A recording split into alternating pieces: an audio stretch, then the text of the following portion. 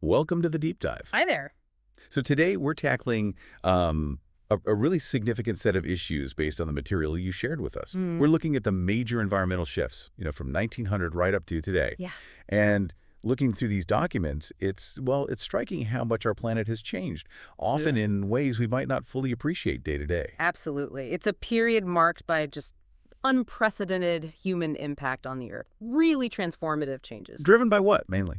Well, industrial growth, massive population increases, and just evolving ways we consume things. Our goal today is to sort of distill the key insights from your sources. Right, helping people understand the most critical aspects of this environmental transformation. Exactly. And we know it's a vast topic, so we're focusing on what seem like the core areas in your materials. Makes sense. So that means digging into how we've altered the land, Mm. deforestation, desertification, and the big challenges with air and water quality. Mm. And then, of course, the ongoing, pretty complex discussions around climate change. Yeah, that's a big one. Think of this as maybe your shortcut to getting a really solid handle on these pivotal environmental shifts and, what's behind them. Good way to put it. So let's get started. Maybe digging into the ground beneath our feet first. Land problems. Yeah, fundamental place to begin. Your sources clearly point to deforestation and desertification as two of the most pressing land issues. And both really underscore the increasing strain human activities have placed on, well, on land ecosystems. Okay, so deforestation, fundamentally, it's just large-scale clearing of forests, right? Basically, yes. But, humans have always used wood. What changed so dramatically after 1900, according to the sources? It's the scale and the reasons behind it. They really amplified. Globalization is a big factor mentioned. And the link to urbanization seemed really strong in the materials. But that's a key connection. Yeah, the expansion of cities, all the infrastructure obviously requires land. Obviously. But what was interesting in one of your articles was this emphasis on suburban sprawl. Ah, As car ownership became more common, especially for the middle class, living outside the city center got way more appealing. so people moved outwards. Exactly, leading to these huge suburban developments. The nice suburban homes or their nice white picket fences, as one source put it. Ah, yeah, that paints a picture. And those developments often replaced forests on a pretty significant scale. Okay, so housing is one driver. But the materials also strongly pointed to farming, right? Mm. Especially large commercial farms. Precisely. Needed to feed a rapidly growing global population. That's a huge driver. Yeah, makes sense. And it's worth noting, as one report detailed, it's not just about, say, cattle ranching in the Amazon anymore. Industrial soy production, often for animal feed elsewhere, is now a surprisingly big factor, too. Really? Soy? Yeah, it shows how interconnected global demands are. And while these big farms are crucial for food, the environmental cost, particularly for places like rainforests, is just immense. And that cost includes biodiversity, I imagine. That came up a lot. Oh, absolutely. Clearing these habitats leads to a staggering loss of plant and animal species, pushing many towards endangerment, even extinction. It's a critical consequence. But the impacts don't stop just in the cleared areas, do they? Right. The sources mention broader effects. No, definitely not. Without the tree cover, the soil just becomes much more vulnerable to erosion. Okay. And then you factor in the heavy use of pesticides, fertilizers, Yeah. in this kind of large-scale farming. Several documents highlighted this. The runoff into freshwater supplies becomes a major, major concern. Contaminating rivers and streams. Exactly. So it's like a cascade of effects, really. Okay, so that's deforestation. Hmm. Quite a web of consequences there. Now let's turn to desertification. The word itself sounds pretty bad. Fertile land turning barren. Yeah, that's essentially it. Desertification, as your materials explain, is that process where fertile land degrades, becomes non-productive, basically turns desert-like. And how does that happen? A key point emphasized in your sources is that it often happens when land converted for farming is, well, either just not suitable for that intense level of agriculture, or it's managed badly over time. So pushing the land too hard, maybe, or not looking after it. Exactly that. The relentless demands of big commercial farming can just deplete the soil of its nutrients. Right. Several articles detailed how this continuous cropping without proper management to replenish the soil essentially exhausts the land. Making it harder and harder to grow things. Yeah, until eventually it's impossible to cultivate anything. It becomes useless for farming. And I suppose that creates a vicious cycle. Loss of land means more pressure to clear forests elsewhere. It certainly can, yes, Yeah. exacerbating the problem. Wow. Okay, it's a sobering picture of the pressures on our land. Hmm. Let's shift focus now to air and water quality. Your sources make it pretty clear these have also faced serious degradation since 1900. Indeed. The huge growth of industry across the globe, and especially its heavy reliance on burning fossil fuels for energy, that's been a primary driver of declining air quality. Right, the Industrial Revolution continuing and expanding globally. Exactly. And the examples highlighted in your documents, they really underscore how severe this can be. Absolutely. I mean, the 1952 Great Smog in London. When you read the numbers, it's just horrifying. It really is. Industrial coal smoke, trapped by fog for 5 days.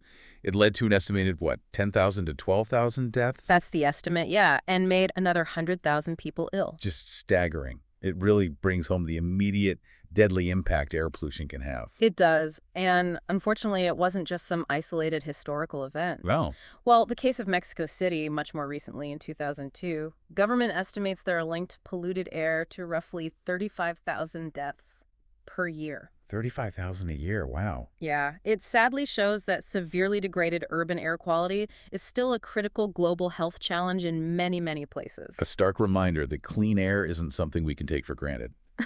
Okay, let's turn to water then. We know the planet's mostly water, but the crucial point in the materials was about usable fresh water, wasn't it? Exactly. Only about 3% of all water on Earth is fresh water, and much of that is locked up in glaciers and ice caps. So the usable amount is tiny. And that's where the competition comes in, with growing populations. Precisely. As populations have just exploded over the last century, so has the demand for this very finite resource. And where does most of it go? Well, linking back to our earlier point, a huge portion of freshwater use goes to irrigating those large-scale agricultural crops. Feeding everyone takes a lot of water. Right. The demand for food drives water demand. Huge demand on our freshwater supplies. And it's not just about water for farms. Your sources also stress the issue of clean drinking water access, especially in developing nations. Yes, this is a fundamental equity issue. The World Health Organization estimates, and several of your sources back this up, that roughly half the world's population today lacks access to safely managed drinking water. Half the world. That's unbelievable. It's a staggering statistic. It has enormous implications for public health, sanitation, just overall development. It's a stark reality. Many of us just turn on a tap, take clean water for granted, but billions face a daily struggle for it. Truly sobering. Okay, let's move to a topic that probably generates the most headlines today. Climate change. Your sources acknowledge the strong debates around it. They do. And it's important, as your materials also stress, to kind of separate the broad scientific consensus that the planet is warming. Right. The data shows that pretty clearly. Overwhelmingly, yes. Separate that from the ongoing discussions about the primary causes of that warming. Because that's where the real debate lies. The why. That's often where the most intense debates and, frankly, political disagreements arise, yes. Exactly. The core question isn't really if it's warming, but why. And the answer to that has massive implications for what we do about it, which makes it so politically charged. Precisely. So one side of the argument, as laid out in your sources, says human activities burning fossil fuels, deforestation, releasing greenhouse gases are the main drivers. Okay, the human activity argument. The other side tends to attribute a larger role to natural cycles, natural variations in the Earth's climate system over long periods. Right. Natural versus human caused.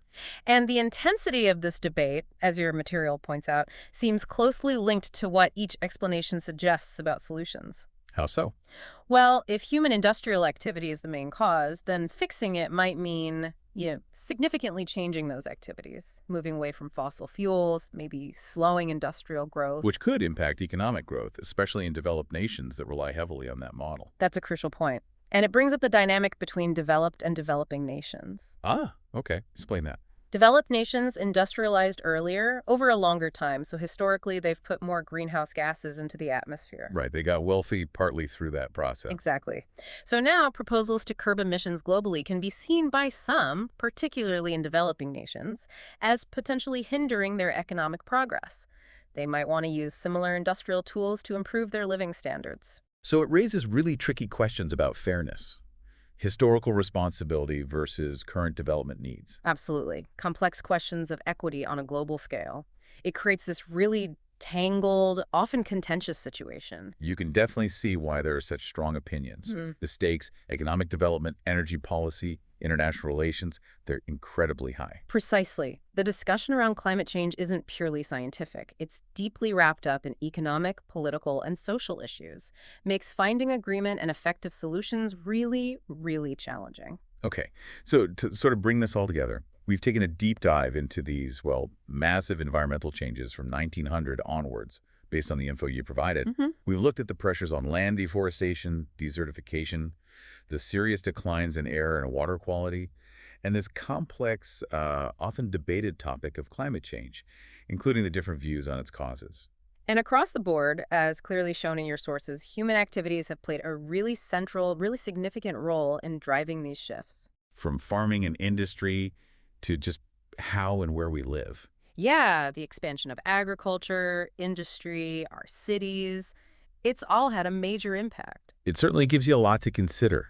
You know, reflecting on this whole story, this trajectory of industrial development and its environmental fallout, it makes you wonder. What's next? Yeah, like what are the most equitable, the most effective ways forward? How do we address these huge challenges in the 21st century, given where we've come from? That's the big question, isn't it? It is definitely something for us all to think about. Well, thanks for joining us for this deep dive. My pleasure.